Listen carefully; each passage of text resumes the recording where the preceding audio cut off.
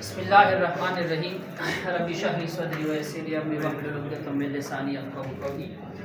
आज एक और टॉपिक के साथ आए हैं जिसका नाम है ANP8 पास्ट कंटीन्यूअस टेंस। एक इसके एक्टिव वॉइस और इसके यहाँ पर पैसिव वॉइस।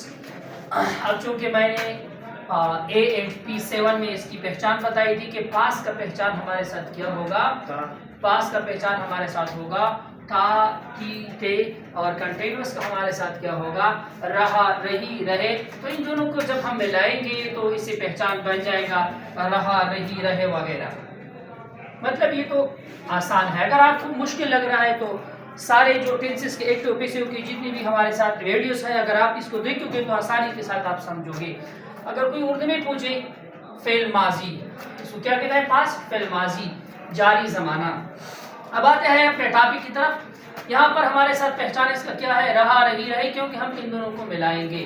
अब हमारे पास तर्जुमा क्या होता है, फोर्थ फॉर्म ऑफ वर्ब। मैंने आपसे हमेशा के लिए मैं आपसे कह रहा हूँ कि जब भी हमारे साथ कंटीन्यूअस आ जाता है तो वहाँ पर आप फोर्थ फॉर्म ऑफ वर्ब लगाएंगे, लेकिन फोर्थ वर्ब जो है ये अच्छा नहीं लगता, प्रेजेंट पार्टिसिपल लगाएंगे। ठीक है, प्रेजेंट पार्टिसिपल या फोर्थ फॉर्म ऑफ वर्ब किस तरह बन जाता है, first form plus ING।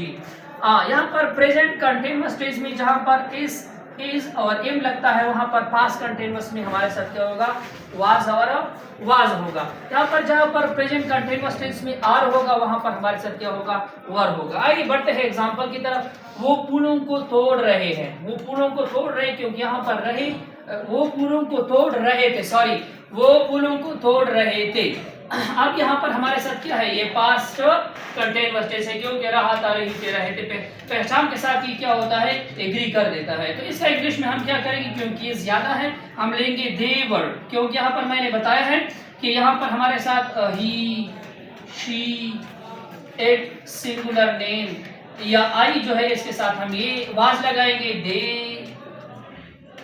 You, B, और प्लूरल नेम के साथ हम क्या लगाएंगे, वर लगाएंगे। तो यहाँ पर दे वर प्लैकिंग फ्लावर्स।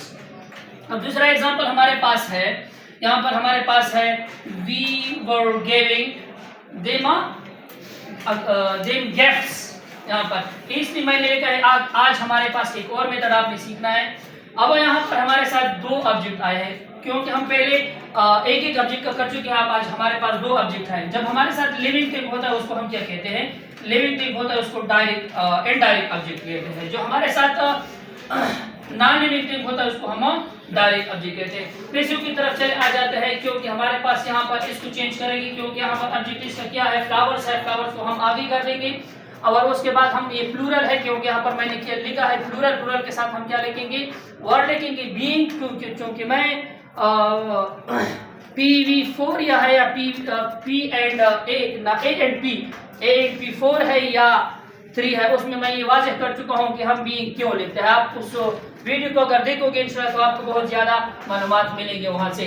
तो यहाँ पर हमारे साथ क्या है, ये हम चेंज कर देते हैं, फ्लावर और बीइंग प्लक्ड बाय देम, क्योंकि हमने इसको चेंज किया, क्योंकि हमारे साथ ऑब्जेक्ट है, सब्जेक्ट है, सब्जेक्ट को अभी की जगह पर लिखेंगे तो हमारे साथ क्या होगा, यहाँ पर हमारे पास देम होगा। तो अगर आप कहोगे कि सर इसको क्या कहते हैं, तो आप ANP1 की वीडियो देख लेना, तो आपको ये भी वाज़ेह हो जाएगा कि इसको हम क्या कहते हैं, डूअर कहते हैं या कोई भी चीज़ कहते हैं। 5 मेथड हमें चूंकि बता चुका हूँ, ANP5 ANP6 में बहुत सारे मेथड बता चुका हूँ, लेकिन आज एक और मेथड के साथ हम आपके सामने हाजिर है। ये मेथड नंबर 5। अगर कोई दे आपको, फॉर एग्जांपल यहाँ पर कहे ये हमारे साथ दो ऑब्जेक्ट हैं, यहाँ पर मैंने दो ऑब्जेक्ट लिखे हैं, यहाँ पर एक ऑब्जेक्ट ये है, एक ऑब्जेक्ट। अगर आप नॉन लिविंग थिंग को आगे लेकर आना चाहते हो तो गिफ्ट्स वर, क्योंकि ये ज्यादा है, बीइंग गिवन, यहाँ पर हमारे साथ क्या, टू देम बाय अस। यहाँ पर टू के बारे में बात करेंगे कि टू क्यों आया। अब अगर आप इस तरह नहीं चेंज करना चाहते तो इसी तरह चेंज कर सकते हो। पहले आप इनडायरेक्ट को लेकर आओ, they were being given gifts by us, क्योंकि यहाँ पर मैंने टू लिखा है, यहाँ पर मैंने टू नहीं लिखा है, तो इसके बारे में बात करेंगे।